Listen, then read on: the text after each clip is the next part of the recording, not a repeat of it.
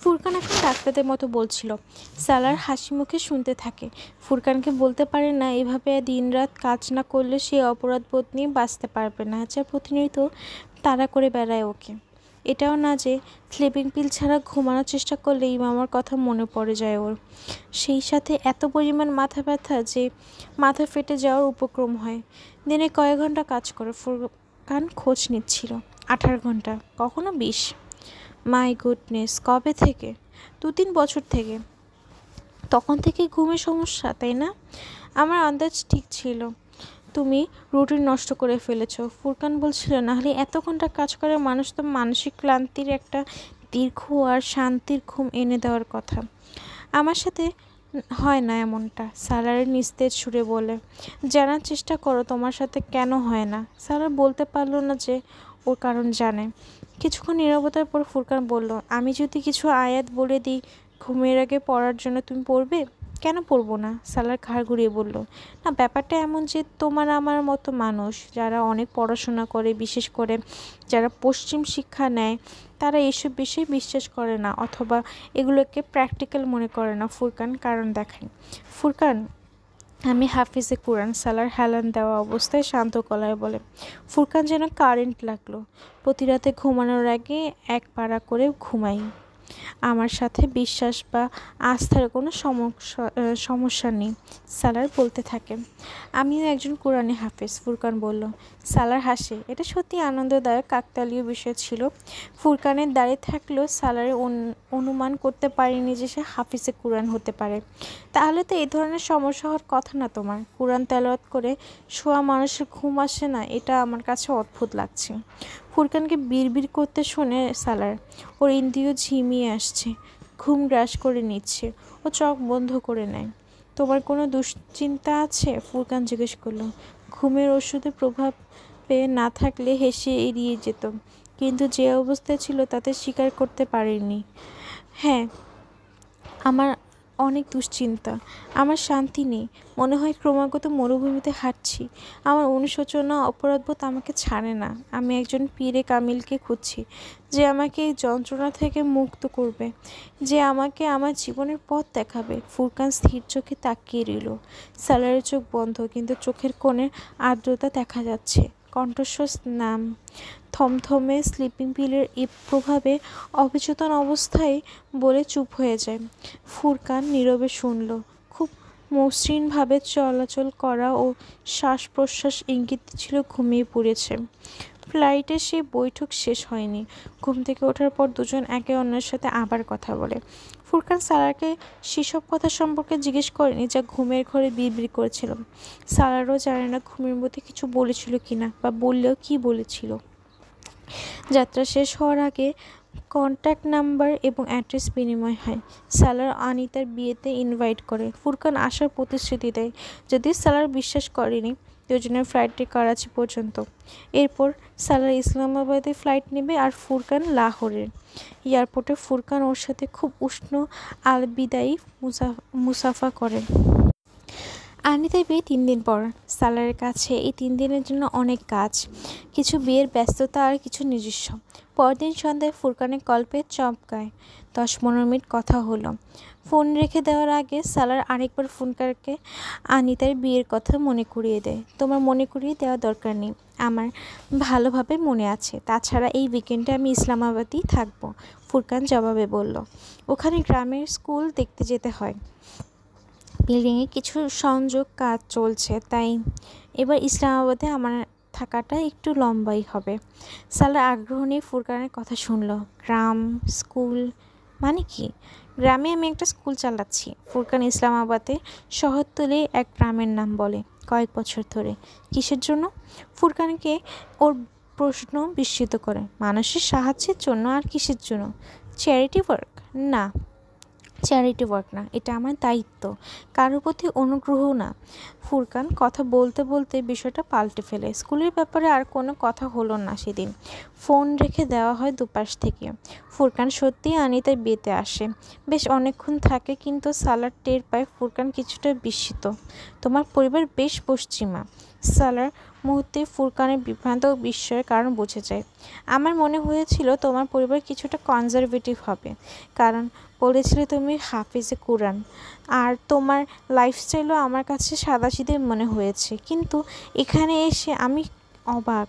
তুমি এবং তোমার পরিবারের মাঝে অনেক ব্যবধান। I think you are the odd one out. Furqan নিজের শেষ বাক্য নিজেই হাসল। দুজনে ফুরকানের গাড়ির কাছে এসে পৌঁছায় গেছে। আমি শুধু 2 বছর আগে কোরআন হাফিজ করেছি। এই গত 2-3 বছর অড ওয়ান আউট হয়েছি। এর আগে আমি আমার পরিবারের চেয়েও বেশি পশ্চিমা ছিলাম, সালার বলল। 2 বছর আগে কোরআন হাফিজ করেছো আমেরিকায় পড়াশোনার সময়? আমি বিশ্বাস করতে পারছি না।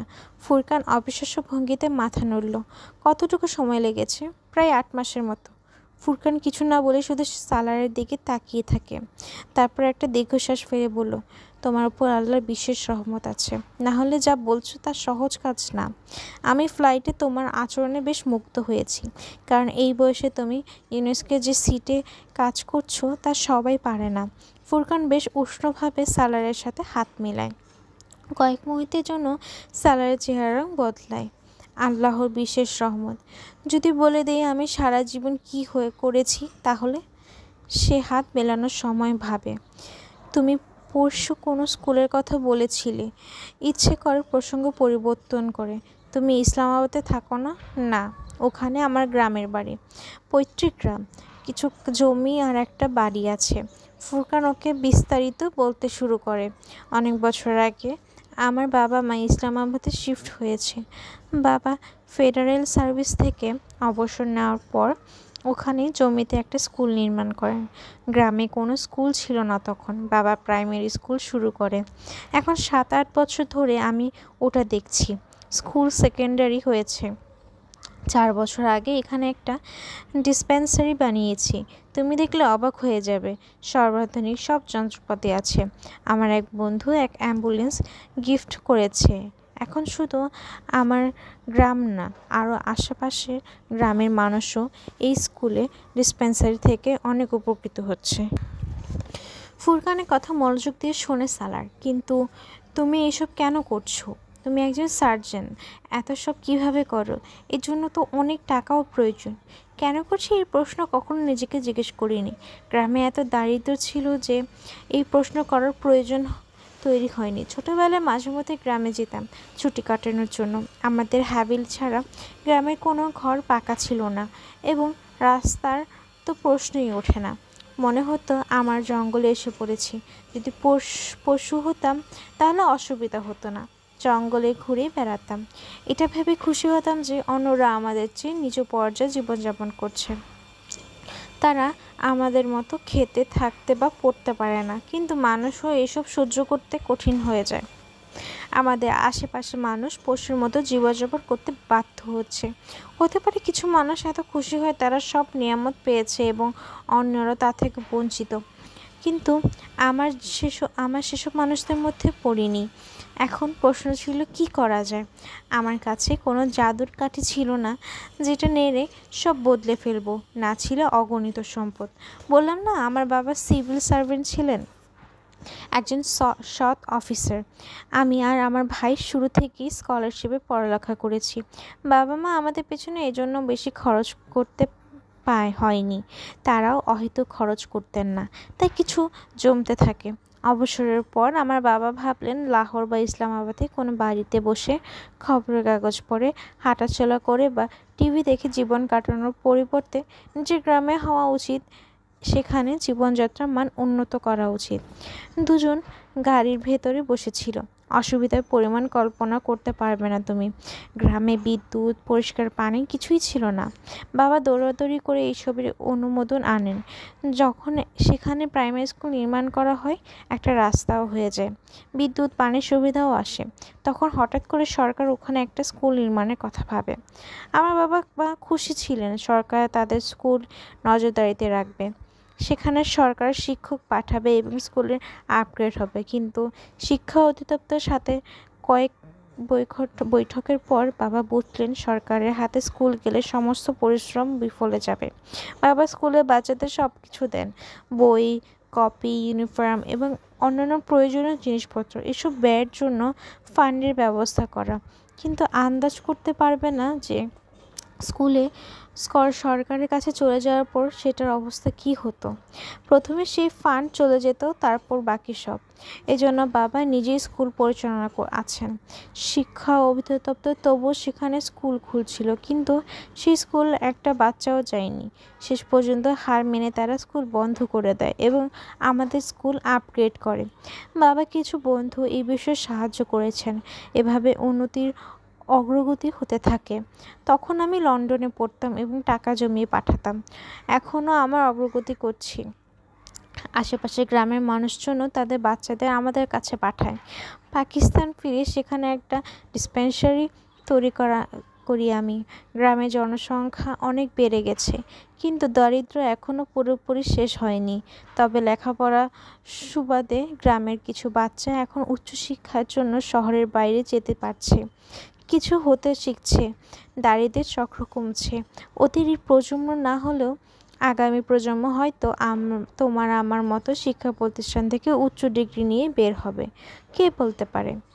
ফুরকান মুচকি হেসে বলল, আমি প্রতি মাসে এক উইকেন্ডে গ্রামে যাই। ওখানে 2জন কম্পাউন্ড আছে, কিন্তু ডাক্তার নেই। এক উইকেন্ডে আমি যাই, বাকি 3 উইকেন্ডে অন্য কাউকে পাঠাই এবং প্রতি 3 মাস পর পর মেডিকেল ক্যাম্প করি।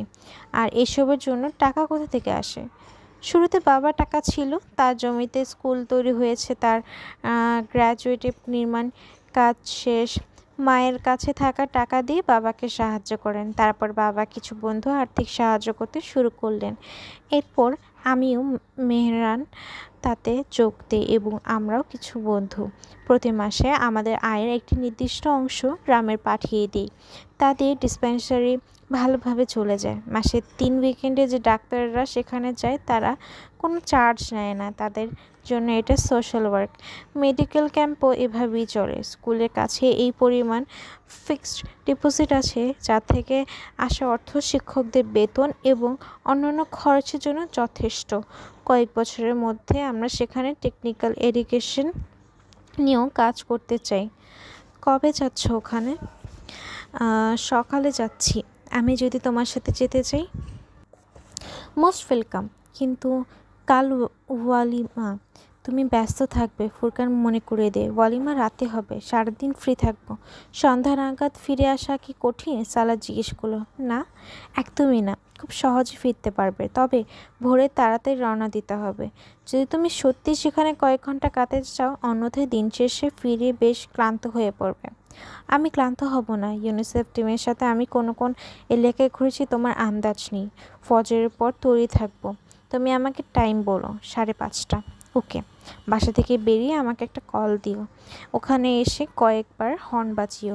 আমি বেরিয়ে আসবো। সালার ফুরকানকে বলে। এরপর আল্লাহ হাফেজ বলে ভেতরে চলে যায়। পরদিন সকালে ঠিক 5:30টায় ফুরকান ওদের গেটের সামনে এসে হর্ন বাজায়। সালার প্রথম হর্নে বেরিয়ে আসে। পাকিস্তান কেন ফিরে এলে? ইংল্যান্ডে অনেক দূর যেতে পারত, ফুরকানকে জিজ্ঞেস করে সালার। গাড়ি শহরের বাইরে রাস্তায় দৌড়াচ্ছে। ওদের যাত্রা 8 ঘন্টা কেটে গেছে। ইংল্যান্ডে আমাকে প্রয়োজন নেই, কিন্তু পাকিস্তানে আছে, তাই ফিরেছি, ফুরকান সাবলীল ভঙ্গিতে বলল। ওখানে একজন ডাক্তার ফুরকান না থাকলে কিছু হবে না, কিন্তু এখানে একজন ডাক্তার ফুরকান থাকলে অনেক কিছু হবে। এখানে আমার সেবার প্রয়োজন, শেষ বাক্যে জোর দেয়। কিন্তু ওখানে এত বছরে তুমি অনেক এগিয়ে যেতে পারতে, প্রফেশনালভাবে অনেক কিছু শিখতে পারতে, ফাইন্যান্সিয়ালি এই প্রজেক্টের জন্য আরও টাকা জোগাড় করতে পারতে, যা শুরু করেছো। আফটার অল পাকিস্তান তুমি এত সফল হতে পারবে না, সালার বলল। সফলতা বলতে তোমার ইঙ্গিত যদি পাউন্ডের সুযোগ সুবিধা হয় তাহলে হ্যাঁ, 2 জায়গায় কোনো তুলনা চলে না। কিন্তু তোমার ইঙ্গিত যদি চিকিৎসার দিকে হয়, তবে আমি এখানে বেশ মানুষের জীবন বাঁচাচ্ছি। একজন ডাক্তার রোগীর সুস্থতা দেখে যে তৃপ্তি পায় তুমি তা আন্দাজ করতে পারবে না। ইংল্যান্ডে প্রচুর অনকোলজিস্ট আছে, কিন্তু পাকিস্তানে এই সংখ্যা অনেক কম। আমি ওখান থেকে এক গাদা টাকা এখানে পাঠালে তেমন কোনো উপকার হতো না। সেখানে একজন মানুষের অভাব। সেখানে সেই মানুষটা দিয়েই শূন্যতা পূরণ করতে হয়, টাকা বা অন্য কিছু তার জায়গায় নিতে পারে না। আমি খুব তৃপ্ত সালার, আমার পরিবারও খুব তৃপ্ত। যদি আমি কিছু শিখি তা সবার আগে নিজের লোকদের জন্য লাগানো উচিত। আমি নিজের লোকদের মরতে রেখে অন্য জীবন বাঁচাতে যেতে পারছি না। পাকিস্তানে কিছু কিছু ঠিক নেই, সব খারাপ, কিছু ঠিক না। সুবিধা বঞ্চিত হসপিটাল, দুর্নীতিগ্রস্ত স্বাস্থ্য ব্যবস্থা, যে কোনো কমতি বা খারাপ দিক খুঁজতে গেলে এখানে পাবে। তারপরও আমি এই জায়গা ছেড়ে যেতে পারবো না। যদি আমার হাতে নিরাময় থাকে তাহলে সবার আগে এই নিরাময় আমার নিজের লোকদের কাছে পৌঁছে দিব। সালার অনেকক্ষণ কিছু বলতে পারল না। গাড়ি নীরবতা নেমে আসে। তুমি আমাকে তো এটা জিজ্ঞেস করে ফেললে আমি কেন পাকিস্তান ফিরে এসেছি। এখন আমি কি তোমাকে জিজ্ঞেস করতে পারি তুমি কেন পাকিস্তান ফিরছো না? ফুরকান হেসে নীরবতা ভেঙে বলল, আমি এখানে থাকতে পারবো না। সালার অসহায়ভাবে বলল, তুমি কি এটা অর্থ আর সুযোগ সুবিধার কারণে বলছো? না, টাকা বা সুযোগ সুবিধার সমস্যা নেই আমার, কখনো ছিল না। তুমি আমার ফ্যামিলি ব্যাকগ্রাউন্ড জেনেছো। তাহলে তাহলে কিছুই না, ব্যাস আমি এখানে আসতে পারবো না। সালার চূড়ান্ত সুরে বলল, তোমাকে এখানে প্রয়োজন কার? এই দেশের। সালার হেসে ওঠে, আমি তোমার মতো দেশপ্রেমিক নই। আমাকে ছাড়াও এখানে সব ঠিকঠাক চলছে। একজন ডাক্তার হওয়া অন্য কথা, কিন্তু একজন ইকোনমিস্ট কাউকে জীবন বা মৃত্যু দিতে পারে না।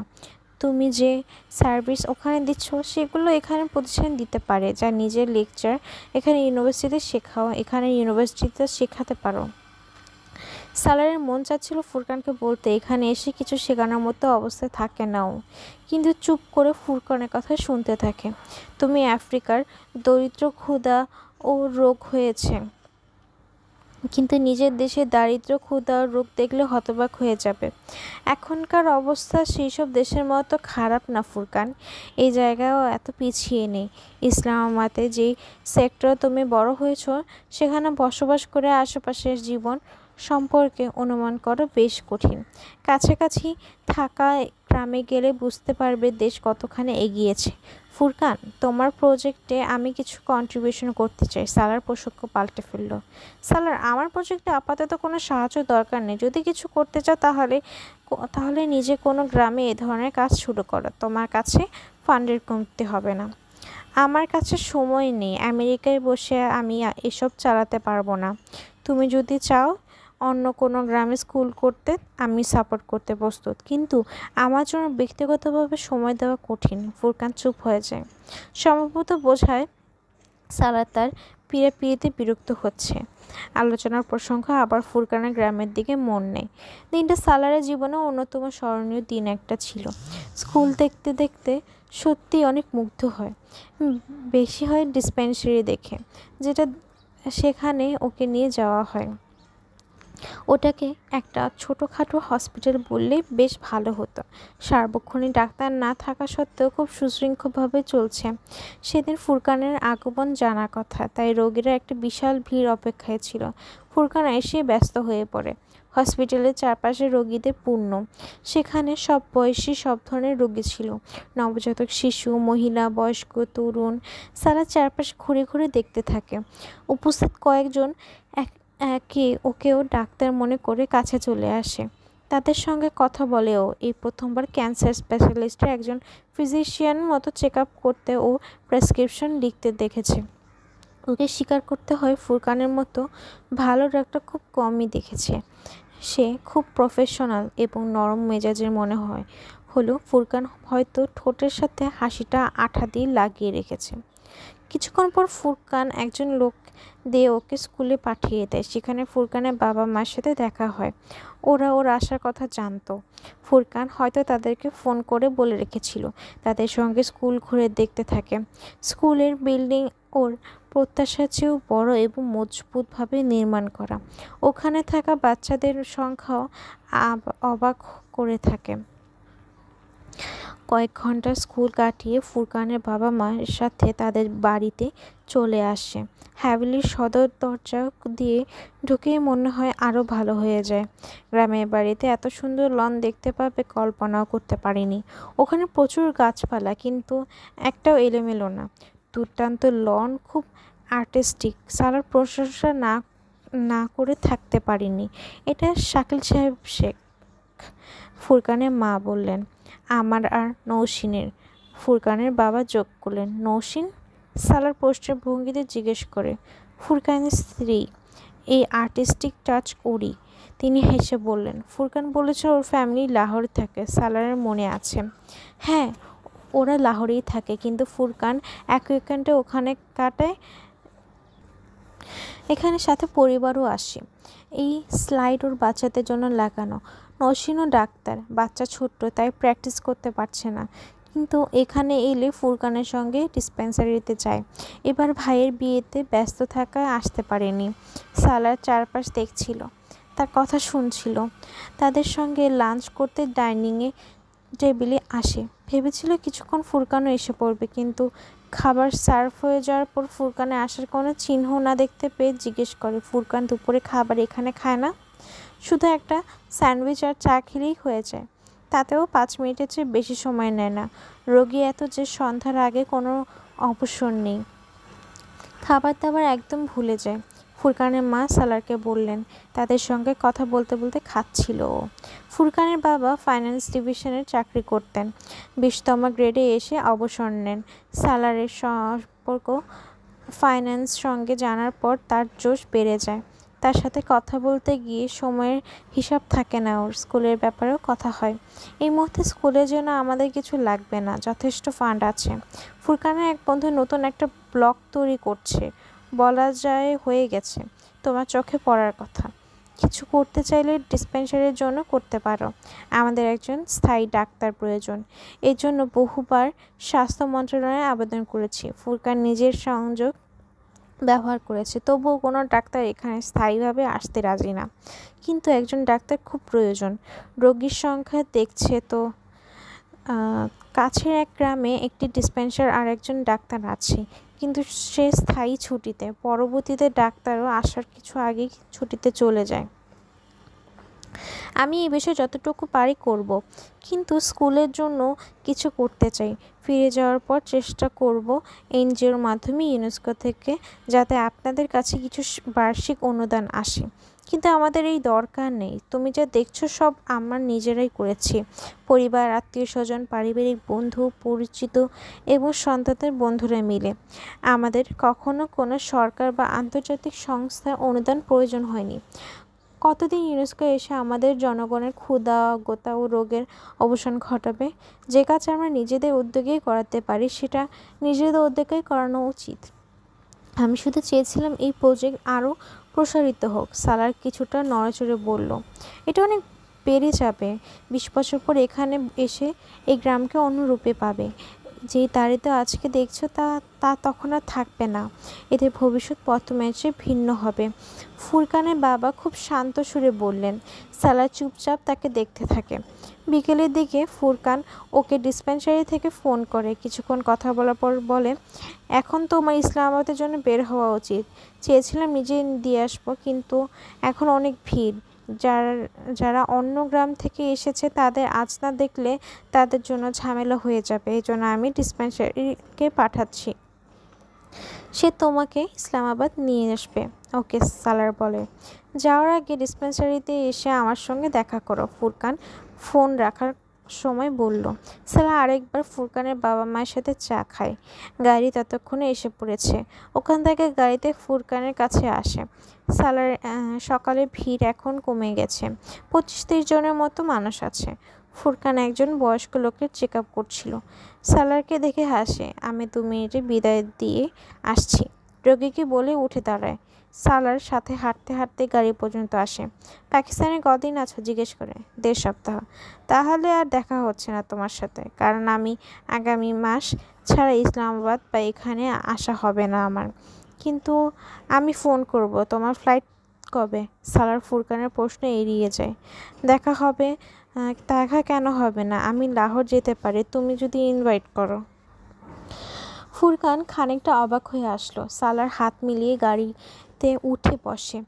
জানি না কি হুট করে ওকে ফুরকানের এত কাছাকাছি নিয়ে এসেছিল। এটাই অজানা ফুরকানকে কেন এত ভালো লাগছে। এর পেছনে কারণ জানতে ব্যর্থ। ফুরকানের সাথে গ্রাম দেখার 4 দিন পর লাহোরে আসে সালার একদিনের জন্য। ফুরকানকে ফোনে জানিয়ে দেয়। ফুরকান ওকে এয়ারপোর্ট থেকে পিক করে এবং বাসায় ওঠার কথা বললে না করে দেয়। পরিকল্পনা মাফিক 4টায় কাছাকাছি ফুরকানের বাসায় পৌঁছায়। ভালো এলাকায় একটা অ্যাপার্টমেন্ট গ্রাউন্ড ফ্লোরে ফুরকানের ফ্ল্যাটে। কলিং বেল বাজিয়ে অপেক্ষা করে ও। ভেতর থেকে বাচ্চা ছুটে আসার শব্দ আসে। একটা 4-5 বছরের বাচ্চা দরজা খুলে ডোর চেইন ফাঁক দিয়ে ওর দিকে তাকায়। আপনি কার সাথে দেখা করতে চান? সালার বাচ্চাটাকে দেখে বন্ধুত্ব ভঙ্গিতে হাসে। সেই বাচ্চাটার মুখে হাসি এলো না, বরং খুব গম্ভীরভাবে ওকে জিজ্ঞেস করলো, আমি তোমার বাবার সাথে দেখা করতে এসেছি। বাচ্চার ফুরকানের চেহারা এত মিল যে ওর জন্য অনুমান করা কঠিন ছিল না যে এটা ফুরকানের মেয়ে। বাবা এই সময় কারোর সাথে দেখা করে না, খুব শক্তভাবে জানানো হয়। আমার সাথে দেখা করবে, সালার কিছুটা দৃঢ় গলায় বলে। আপনার সাথে কেন দেখা করবেন? দ্রুত প্রশ্ন এলো। কারণ আমি তার বন্ধু। গিয়ে বলো সালার আঙ্কেল এসেছে, নরমভাবে বলে। মেয়েটা ওর হাসিতে প্রভাবিত হয় না। কিন্তু আপনি তো আমার আঙ্কেল নন। সালার এবার হাসি সামনে রাখতে পারল না। হাসবেন না, বাচ্চাটা মুখে ভার করে বলে। সালার হাঁটুতে ভর করে ওর সামনে বসে। আচ্ছা হাসবো না। হাসি লুকিয়ে নেই। তোমাকে এই ফ্রকে অনেক সুন্দর লাগছে। ওর প্রশংসাতে দরজা ফাঁকে উকি দেওয়া মহর্মাত্মী অভিব্যক্তি আর মুডি বদল এলো না। কিন্তু আমার আপনাকে ভালো লাগেনি। বাচ্চাটা কথার চেয়ে বলার অঙ্গভঙ্গি সারার বেশ উপভোগ করছিল। ভেতর থেকে কারো পায়ের শব্দ আসছে। কেউ দরজার দিকে আসছে। কেন? আমাকে কেন ভালো লাগেনি? সালা জিজ্ঞেস করে। বেশ ভালো লাগেনি, মাথা নেড়ে বলল বাচ্চাটা। নাম কি তোমার? বাচ্চাটা কিছুক্ষণ তাকিয়ে বলল, ইমামা। সালারের হাসি অদৃশ্য হয়ে গেল। দরজার ফাঁকি ইমামার পেছনে ফুরকান এসে দাঁড়িয়েছে। মেয়েকে কোলে তুলে দরজা খুলে দেয়।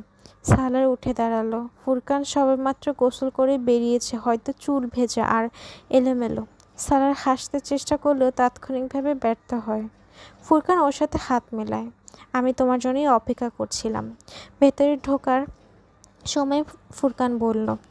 ওরা ড্রয়িং রুমে আসে। ইমামা বাবার কোলে বসে ক্রমাগত কানে কিছু একটা ফিসফিস করে বলার চেষ্টা করছিল, যা বারবার ফুরকান উপেক্ষা করছে। সালার আঙ্কেলের সাথে পরিচয় হয়েছে তোমার? ফুরকান সালারকে বসতে ইশারা করে মেয়েকে বলল। নিজেও সোফায় বসলো। ওনাকে আমার ভালো লাগেনি। ইমামা বাবার পর্যন্ত নিজের অপছন্দের কথা জানিয়ে দেয়। খুব পচা একটা। ইমামা এভাবে বলে না। ফুরকান শাসনের ভঙ্গিতে বলল। আঙ্কেলের কাছে গিয়ে হাত মিলাও। ইমামা কোল থেকে নামিয়ে দেয়। সারার কাছে যাওয়ার পরিবর্তে ইমামা দৌড়ে ড্রয়িং রুম থেকে বেরিয়ে যায়। আশ্চর্যের কথা, ওর তোমাকে ভালো লাগেনি। আমার সব বন্ধুকে ওর ভালো লাগে। আজ মুডও কিছুটা অফ ওর। ফুরকান হেসে ফুরকান বুঝিয়ে বলল, এটা নামের প্রভাব। আমি আশ্চর্য হতাম যদি ওর আমাকে ভালো লাগতো। সালা মনে মনে ভাবে চা খাওয়ার সময় কথা বলছিল ওরা। কোথা থেকে ফাঁকে ফুরকানকে বলল সালার, 1-2 সপ্তাহের মধ্যে তোমাদের ডিসপেন্সারিতে ডাক্তার এসে পড়বে। এটা তো খুব ভালো ভালো খবর। ফুরকান খুশি হয়। এবার ডাক্তার ওখানেই থাকবে। না থাকতে চাইলে আমাকে জানাবে। বুঝতে পারছি না কিভাবে তোমাকে ধন্যবাদ জানাবো। ডিসপেন্সারিতে একজন ডাক্তার সার্বক্ষণিক উপস্থিত নিয়ে সবচেয়ে বড় ঝামেলায় ছিলাম। এর কোনো প্রয়োজন নেই।